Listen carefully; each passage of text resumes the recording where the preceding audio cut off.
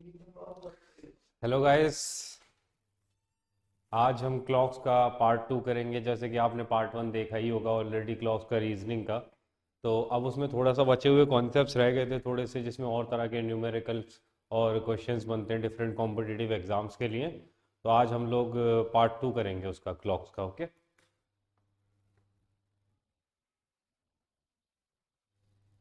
Clocks part 2। Okay, कल हम लोगों ने कॉन्सेप्ट पढ़ा था कि मिनट हैंड की स्पीड हमारी 6 डिग्री पर मिनट होती है, आवर हैंड की स्पीड हमारी 0.5 डिग्री पर मिनट होती है, और रिलेटिव स्पीड इन दोनों की 5.5 डिग्री पर मिनट होती है। ठीक है। और एक फॉर्मूला पढ़ा था हम लोगों ने, theta is equals to 11/2 m minus 30h।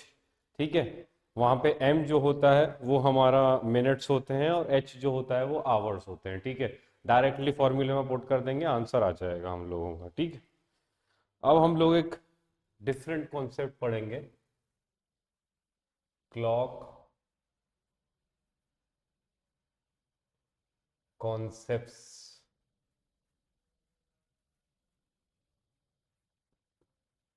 एक चीज हमेशा याद रखनी है हमको, 0 degree and 180 degree, 0 degree and 180 degree in 12 hours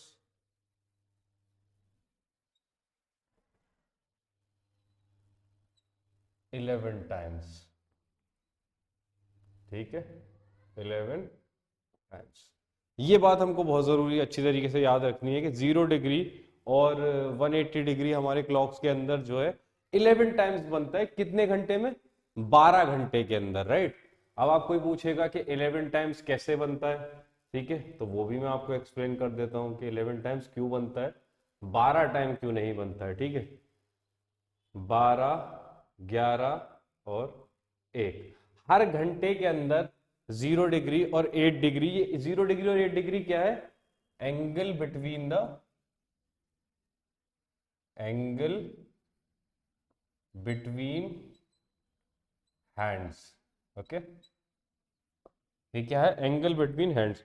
तो 0 डिग्री और 180 डिग्री 12 घंटे के अंदर हम लोग 11 बार क्यों बनता है? क्योंकि 11 से 12 के बीच में जब भी हमारी क्लॉक होती है तो वो एक ही बार कंसीडर करी जाती है, सेम एज 12 से 1 के बीच में। ठीक है, इन दोनों के बीच में जो हमारी क्लॉक्स होगी वो एक ही बार कंसीडर करी जाएगी, इसलिए हमारा 11 टाइम्स बनता है 0 और 180 डिग्री। ये एक रिजल्ट के तौर पे हम लोगों को याद रखना है। ठीक है। सेकेंड इसका इंपॉर्टेंट पॉइंट है 30 डिग्री, 45 डिग्री, ठीक है, 90 डिग्री। ये सब कितने बनते हैं, कितनी बार बनते हैं? इन 12 आवर्स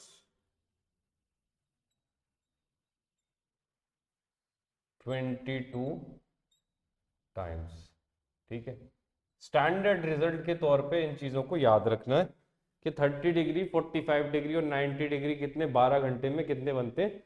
12 टाइम्स बनते हैं। ठीक है। अब कोई आपसे पूछे, अगर कोई आपसे पूछेगा कि एक पूरे दिन में, जैसे मान लो क्वेश्चन आया,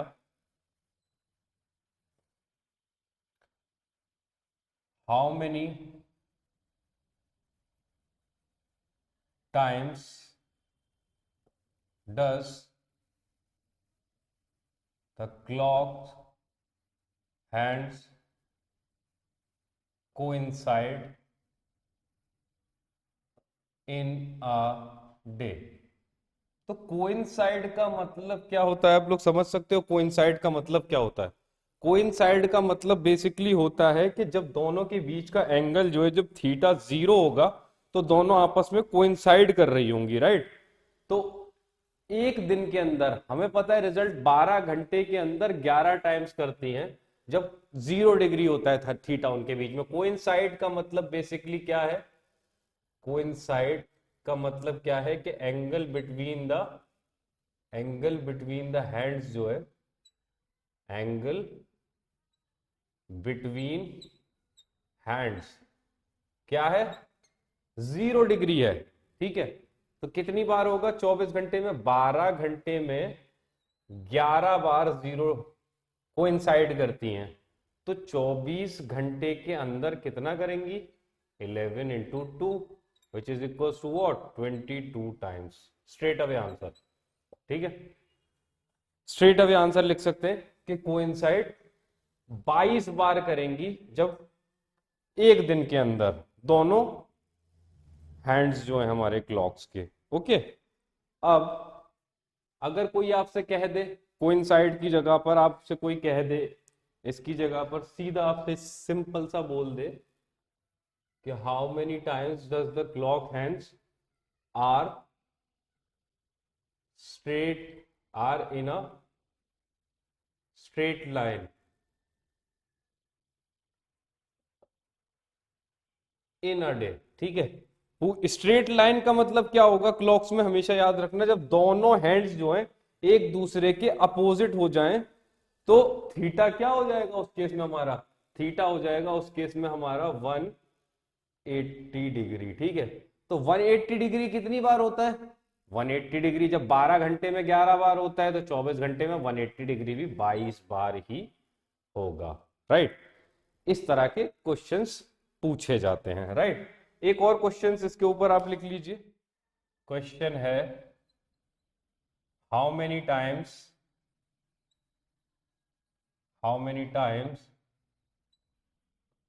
in a day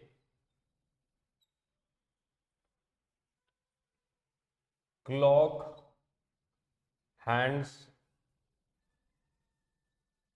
make an angle of 90 degree, ठीक है। अभी बताया था सेम सिंपल तरीका कि 90 डिग्री जब दोनों के बीच का एंगल होगा तो कितनी बार बनेगा एक दिन के अंदर? बताया था 12 घंटे के अंदर 90 डिग्री कितनी बार बनता है? 22 बार। तो 24 घंटे, एक दिन हमेशा इन अ डे का मतलब है 24 घंटे, तो 24 घंटे के अंदर कितनी बार बनेगा? 44 टाइम्स। सिंपल यूनिटरी मेथड है, ठीक है। ये इंपॉर्टेंट है और आपसे कुछ भी पूछ सकता है, राइट। कुछ भी पूछ सकता है कि कितने टाइम के अंदर बनता है, कितने टाइम के अंदर क्या होता है, वो आप सब कर सकते हैं, राइट। इसमें कोई डिफिकल्टी वाली बात है नहीं, ठीक है। ये हमेशा एक इंपॉर्टेंट कॉन्सेप्ट की तरह इसमें क्वेश्चन डायरेक्ट स्ट्रेट अवे पूछ लिए जाते हैं, ठीक है, कि क्लॉक्स में हमारे ये कॉन्सेप्ट होते हैं, ठीक है।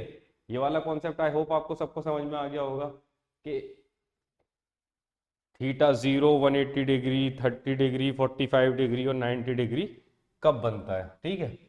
अब आपसे एक क्वेश्चन और, मैं थोड़ा सा ट्रिकी क्वेश्चन है जो कि अच्छे कॉम्पिटिटिव एग्जाम्स में आता है, तो वो और पूछ लेता हूँ आपसे। देखते हैं कि सारे, इसके बाद आपके सारे कॉन्सेप्ट मैक्सिमम क्लॉक के कवर हो जाएंगे, एक दो कॉन्सेप्ट छोड़ के बस, उन्हें भी मैं पढ़ा दूंगा अभी, ठीक है। क्या है क्वेश्चन? क्वेश्चन है at what time between 4 and 5 p.m. 4 and 5 p.m.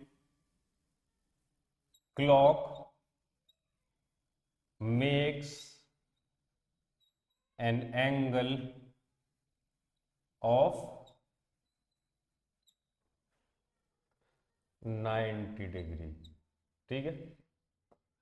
Question समझ में आ गया आप लोगों को? क्वेश्चन क्या है कि at what time between 4 and 5 p.m. Clock makes an angle of 90 degree. तो ध्यान से सोचिए, ये हमसे पूछ रहा है कि 4 बजे से लेके 5 बजे के बीच का कौन सा ऐसा टाइम होगा जहां पर क्लॉक हमारी 90 डिग्री बनाती होगी, राइट। तो इसके रेफरेंस के लिए दो मेथड बताऊंगा। इसके लिए आपको जौन सा मेथड इजी लगे आप वाला कर सकते हो, ठीक है। फर्स्ट मेथड, एक सिंपल रेफरेंस के लिए क्लॉक बना लेंगे, ठीक है। 4 से 5, राइट, 5, 4 और एक 3, राइट। इनिशियल कंसीडर करेंगे हम कि हमारी पहले क्लॉक 4 बजे पे है, राइट, 4 बजे पे है। पिछली क्लास के अंदर मैंने आपको एक कॉन्सेप्ट बताया था कि जो क्लॉक के 12 इंटरवल्स होते हैं, इनका हर एक इंटरवल 30 डिग्री का एंगल बनाता चलता है बीच में। तो 12 से लेके 4 तक के बीच में कितने इंटरवल होते हैं? 12 से लेके एक इंटरवल, एक से लेके दो इंटरवल, 2 से लेके तीन इंटरवल, 3 से लेके चार इंटरवल। तो क्या मैं कह सकता हूं कि ये वाला एंगल जो होगा मेरा, ये कितना होगा already? 4 into 30 degree, right. 120 degree already बना रही है, ठीक है, 120 डिग्री ऑलरेडी बना रही है। मुझसे पूछा गया है कि कब ये 30 डिग्री बनाएगी, कब ये 90 डिग्री बनाएगी, नॉट 30 डिग्री। तो ध्यान से सोचिए कि अगर ये मेरी घड़ी, मिनट हैंड मेरी, अगर ये 30 डिग्री इधर से क्रॉस कर लेती है, तो ये वाला जो एंगल बचा हुआ हो जाएगा, ये क्या हो जाएगा? 90 डिग्री हो जाएगा, ठीक है।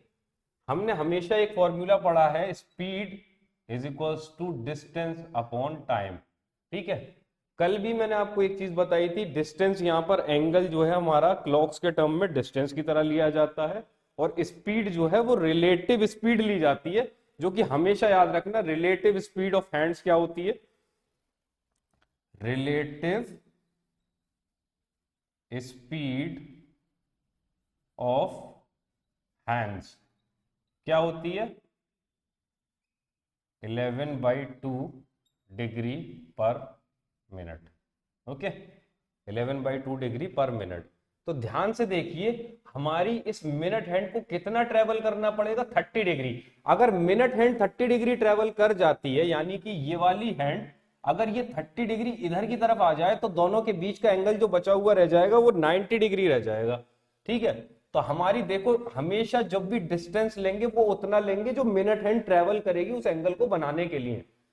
तो मिनट हैंड कितना ट्रेवल करेगी? 30 डिग्री, राइट। कितना? 30 डिग्री ट्रेवल अगर मिनट हैंड कर जाए हमारा, तो 90 डिग्री एंगल बन जाएगा, क्योंकि 120 ऑलरेडी है दोनों के बीच का एंगल, राइट। सो हमें टाइम निकालना है ना बेसिकली, तो हम यहां से लिख सकते हैं time is equals to distance upon speed.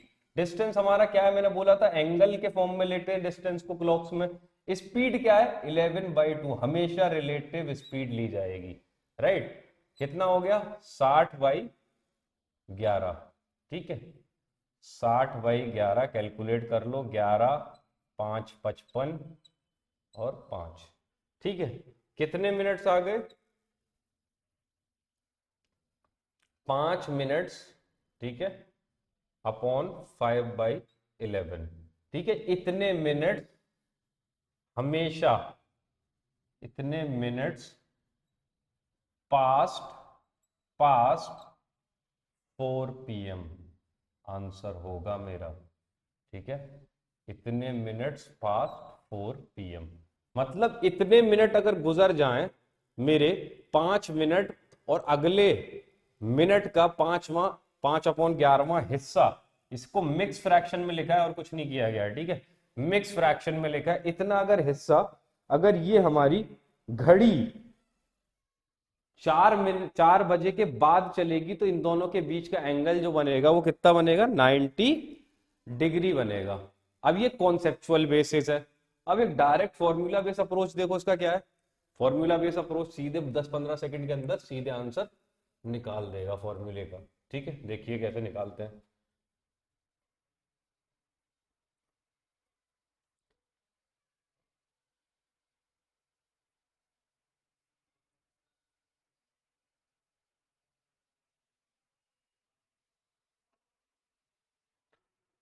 Formula बताया था, theta is equals to 11/2 m minus 30h, okay.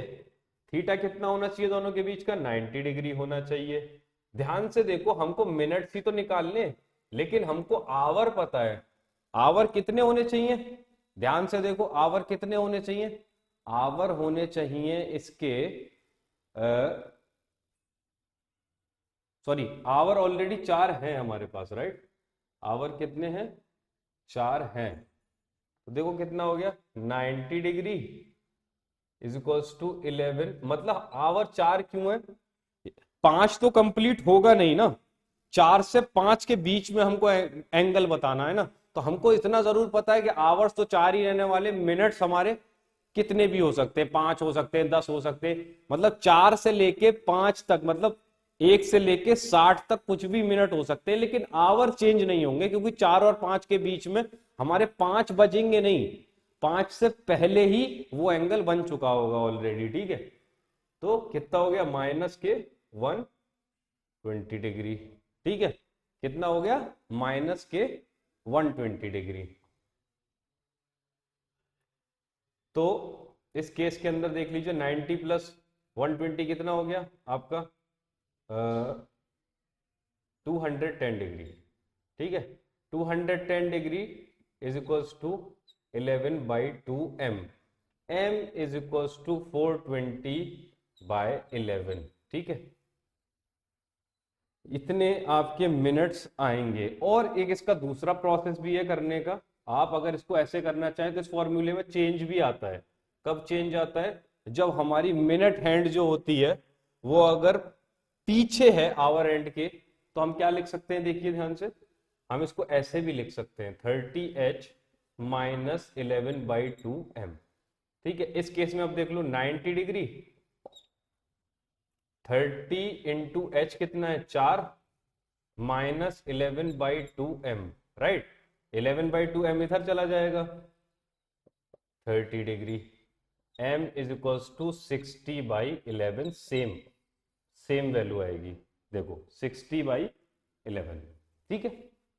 तो ये बेसिकली दोनों ही तरीके से कर सकते हो, आपको जौन सा आसान लगे तरीका आप उस तरीके से इसको कर सकते हो, कोई दिक्कत वाली बात नहीं है। इसमें मैक्सिमम तरीके के क्वेश्चंस यही होते हैं कि इतने से बीच के उतने बीच में एंगल कितना बनेगा, ये एंड ऑल दैट, ठीक है। एंगल का डायरेक्ट फॉर्मूला मैं आपको बता चुका हूं कि क्या होता है। अब एक कॉन्सेप्ट और देख लीजिए, इसका एक इंपॉर्टेंट कॉन्सेप्ट और है, इसका एक इंपॉर्टेंट कॉन्सेप्ट है वॉच रनिंग स्लो और फास्ट, दोनों ही हो सकता है, ठीक है। हो सकता है घड़ी तेज चल रही हो या स्लो चल रही हो, ठीक है। सिंपल, इसका बहुत इजी कॉन्सेप्ट है। इसको यूनिटरी मेथड हम इसके अंदर यूज करते हैं हमेशा। कौन सा मेथड, यूनिटरी मेथड यूज करते हैं। मान लिया क्वेश्चन, देखो इसे क्वेश्चन से समझेंगे इस वाले कॉन्सेप्ट को। A clock gains 4 seconds in 2 hours, ठीक है। A clock gains 4 seconds in 2 hours, set right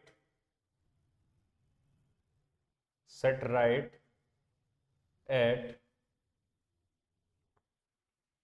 7 AM Monday,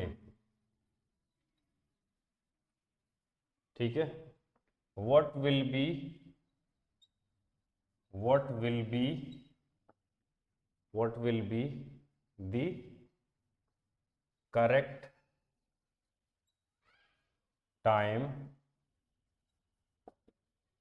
the correct time, on 8 AM Tuesday,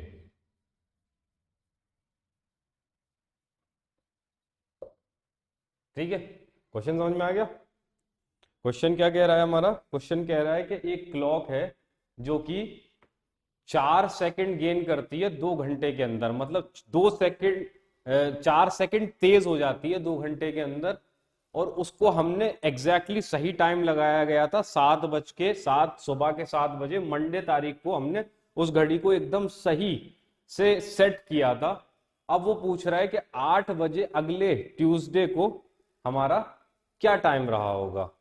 तो इसमें देखो क्या होता है, सॉल्यूशन करते हैं इसका। 7 AM Monday, right, 7 AM Monday को वो सही की गई, राइट, 7 AM मंडे को क्या की गई, सही की गई। 7 AM ट्यूसडे को कितने घंटे हुए होंगे, 7 AM मंडे से 7 AM ट्यूसडे के अंदर कितने घंटे हो गए होंगे, 24 घंटे हो गए होंगे, राइट, कितने घंटे, 24 आवर्स। लेकिन हमसे पूछा क्या गया है, 8 बजे का, राइट। तो 7 AM, सॉरी, 7 AM से 8 AM तक कितने घंटे और एक्स्ट्रा होते हैं, 1 घंटा और एक्स्ट्रा होता है।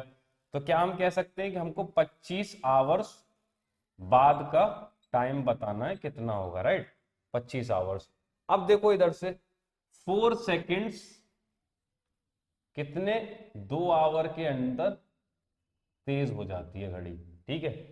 तो कैन वी राइट दिस कि 1 घंटे के अंदर, 1 घंटे के अंदर हमारी 2 सेकंड हो जाएगी, राइट, 1 घंटे के अंदर हमारी 2 सेकंड तेज हो जाएगी और घड़ी, राइट। तो ध्यान से देखो, 25 घंटे के अंदर कितनी हो जाएगी, 25 इंटू 2 यानी टोटल 50 सेकंड घड़ी तेज हो गई होगी, राइट, 50 सेकंड घड़ी तेज हो गई होगी। तो एग्जैक्ट टाइम 8 बजे, एग्जैक्ट टाइम 8 बजे क्या हो रहा होगा मेरा, एग्जैक्ट टाइम 8 बजे क्या हो रहा होगा मेरा, राइट, एग्जैक्ट टाइम 8 बजे। तो क्या मैं कह सकता हूं कि 8 AM में से अगर 50 सेकंड्स को माइनस कर दिया जाए, मतलब 8 बजे के टाइम से 50 सेकंड अगर मैं पीछे चला जाऊं, क्योंकि मेरी घड़ी तेज है, तो 50 सेकंड अगर मैं पीछे चला जाऊं तो मेरा एग्जैक्ट टाइम आ जाएगा। एग्जैक्ट टाइम क्या होगा, 7:59 10 सेकेंड्स, ये होगा मेरा करेक्ट आंसर, ठीक है। तो देखा क्वेश्चन कितना इजी था, unitary method, simple unitary method लगता है, ठीक है। ऐसे ही ये क्वेश्चन आए अगर कि a clock loses 4 second in 2 hours, मतलब क्लॉक लूज कर देती है 4 सेकेंड, मतलब और पीछे हो जाती है टाइम से, उस केस में क्या करेंगे, उस केस में हम फाइनल टाइम को अपने को प्लस कर देंगे इसके अंदर, ठीक है। तो ये इस तरह के क्वेश्चंस भी हमारे आते हैं क्लॉक के अंदर, इसी तरह के मैक्सिमम, ठीक है। थीटा के, इसके क्लॉक गेन्स, क्लॉक लॉस, ठीक है। और अगर क्लॉक गेन भी कर रही हो और लॉस भी कर रही हो तो उसमें भी डायरेक्ट यही कॉन्सेप्ट लगेगा यूनिटरी मेथड का।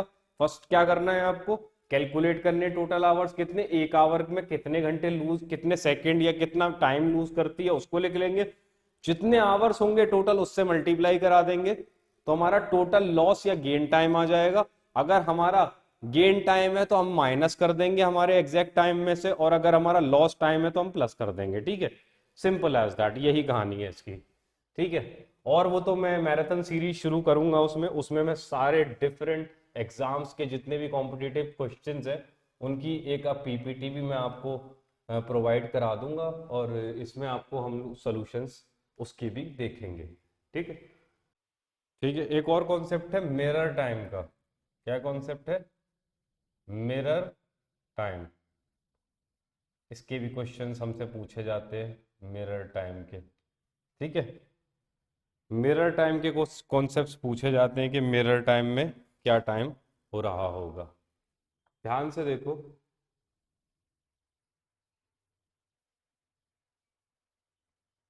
ठीक है। मान लिया